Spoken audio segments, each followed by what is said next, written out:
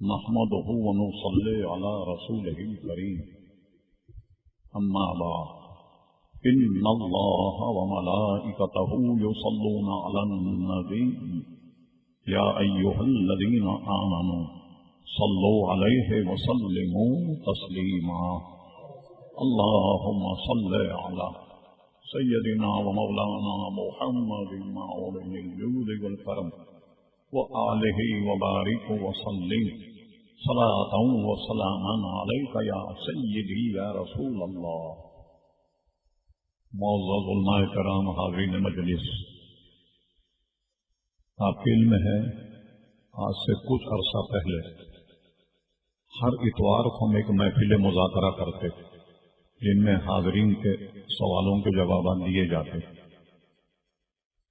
میری طبیعت خراب ہونے کی وجہ سے وہ سلسلہ منقطع ہو گیا، لیکن جو سننے والے احباب ہیں ان کا پرزور یہ مطالبہ تھا کہ یہ سلسلہ دوبارہ شروع کیا جائے. ہم نے اسے مناسب سمجھا کہ اب درس فقہ کے نام پر ہر اتوار کو بعد نماز ظہر کچھ مسائل آپ کے گوش گزار کیے جائیں. یہ سب سے پہلے اس بات کو سمجھ لیجئے کہ بہت سارے مسائل ایسے ہیں جو پڑھنے سے نہیں آتے بلکہ پریکٹیکل طریقے سے آتے ہیں. علم تجوید کتابوں سے نہیں آتا. استاد بیٹھ کر کے پڑھائے گا، سین کیسے نکلے، صاد کہاں سے نکلے، قرات کرے اور شاگرد سے بھی کہے گا ایسے قرات کر کے بتا. تو یہ بہت سارے معاملات پریکٹیکل ہیں جو کتابوں سے نہیں آتے. اس لیے علماء تربیت کرتے شاگردوں کی. اور یہ ایک بنیادی بات ذہن میں رکھ لیں کہ کوئی بھی کام چاہے وہ دنیاوی ہو یا دینی ہو بغیر سیکھے نہیں آتا. آپ سمجھے خود بخود آ جائے تو ایسا نہیں. مثلا ذرا سا آپ کے یہاں کوئی پلک خراب ہو جائے بجلی کا، آپ کبھی جرأت نہیں کریں گے خود پلاس اور پینچکس لے کر اس کو ٹھیک کیا جائے، بلکہ الیکٹریشین کو بلائیں گے. اس لیے کہ بجلی نے اگر پیار و محبت سے بھی آپ کو چھو لیا تو آپ کی جان گئی. تو آپ اس فیلڈ کا آدمی تلاش کرتے ہر معاملے میں. جب تک سیکھا نہیں جائے، اچھا ہماری حالت یہ ہے ہم سوچتے ہیں کہ ہر کام تو سیکھنے سے آئے گا، دین خود بخود آ جائے گا. اگر آپ اپنی انسلٹ محسوس نہ کریں تو میں آپ سے پوچھتا ہوں، بتائیے آپ نے کہ کتنے حضرات جتنے وضو کرنا کسی عالم سے سیکھا، وہ سب وضو کر رہے ہیں، آپ بھی وضو کرنے لگ گئے. آپ نے تمام حضرات نمازی، مگر یہ بتائیے کبھی آپ نے نماز پڑھنا کسی استاد سے سیکھا کہ کیسے سجدہ کیا جائے، کیسے رکوع کیا جائے؟ ہم یہ سمجھ گئے کہ دین جو ہے یہ خود بخود آ جائے. یہ سب سے بڑی خرابی جس کی وجہ سے ہم دین سے دور ہوتے جا رہے ہیں، یا ہماری نمازیں بے اثر ہوتی جا رہی ہیں. تو اس لیے ہم نے سوچا کہ سب سے پہلے ہم اس کو بیان کریں. نماز، وضو اور غسل، ان میں وہ چیزیں کہ کہاں ہم سے کوتاہی ہوتی. ابھی دیکھیں یہ کتنا مختصر لفظ ہے عربی اور اردو کا طہارت، پاکی حاصل کرنا. ذرا سا لفظ ہے، آپ لکھیں کتنا لفظ ہے یہ، لیکن اس طہارت پر فتاوی رضویہ میں 2500 صفحات لکھے. اب یہ سب طہارت میں آئے گا. وضو کیسے کیا جائے، غسل کیسے کیا جائے، اور پانی نہ ہو تو تیمم کیسے کیا جائے، تیمم کیسے ٹوٹے گا، غسل کب فرض ہوتا ہے. یہ اس کے ذیلی مسائل اتنے ہیں کہ تقریباً فتاوی رضویہ کے 2500 صفحات پر مشتمل ہے. صرف یہ اتنا لفظ طہارت کہ وضو کیسے کیا جائے، غسل کیسے کیا جائے، تیمم کیسے کیا جائے، اور تیمم کیسے برخاست ہوتا، غسل کب فرض ہوتا، اور پھر اس کے طریقے. اعلیٰ حضرت فاضل بریلوی نے مسائل کے ساتھ ایک رسالہ اس میں لکھا تبیان الوضو، خاص احتیاط پر لکھا کہ جو ہم سے وضو اور غسل میں بے احتیاطی ہوتی کہاں کہاں احتیاط برتی جائے۔ نئی جو فتاوی رضویہ چھپی ہے اس میں یہ رسالہ شامل ہے، ورنہ فقیر کے پاس پرانے زمانے کا مطبوع رسالہ ہمارے ریکارڈ میں موجود ہے تبیان الوضو، اس کو میں سامنے رکھتے ہوئے فتاوی رضویہ اور بہار شریعت ہماری فقہ کی کتابوں کو سامنے رکھتے ہوئے مسائل میں اس کا آغاز کرتا ہوں۔ اب نماز ظاہر ایک مختصر لفظ ہے، نماز یا صلاۃ۔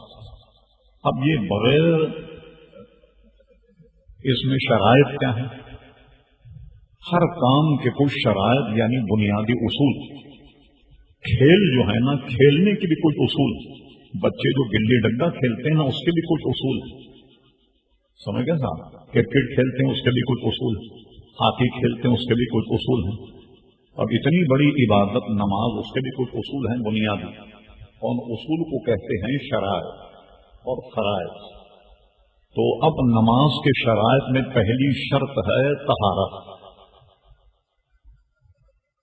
یعنی پاکی۔ اور اس پاکی سے مراد یہ ہے کہ آدمی ناپاک نہ ہو اور باوضو ہو۔ پاک ہو اور باوضو نہ ہو تو بھی نماز نہیں پڑھ سکتا، نہ قرآن کی تلاوت کر سکتا ہے، نہ قرآن کو چھو سکتا ہے۔ قرآن کو چھونا بھی منع ہے بغیر طہارت۔ اب طہارت کس سے حاصل کی جاتی ہے؟ پانی سے۔ پانی کی بھی کچھ شرائط اعلیٰ صاحب بریلوی نے اپنے فتاوی میں 200 قسمیں بیان کی ہیں پانی کی، سمجھے؟ اب میں پانی کے شرائط کیا ہیں، معروف طریقے سے 3 شرطیں پانی کی، جو پیا جائے یا جس سے غسل کیا جائے یا وضو کیا جائے۔ وہ 3 شرطیں کیا ہیں؟ کہ اس کا رنگ صاف اور شفاف ہو، کسی گندگی کی وجہ سے اس کے رنگ میں تغیر نہ آیا، اور اس کا مزہ جو ہے وہ بدلا ہوا نہ ہو، بشرطے کہ کسی غلیظ یا گندگی سے نہ ہو۔ اگر یہ شرط نہیں پائی گئی تو اس سے وضو اور غسل نہیں ہوگا۔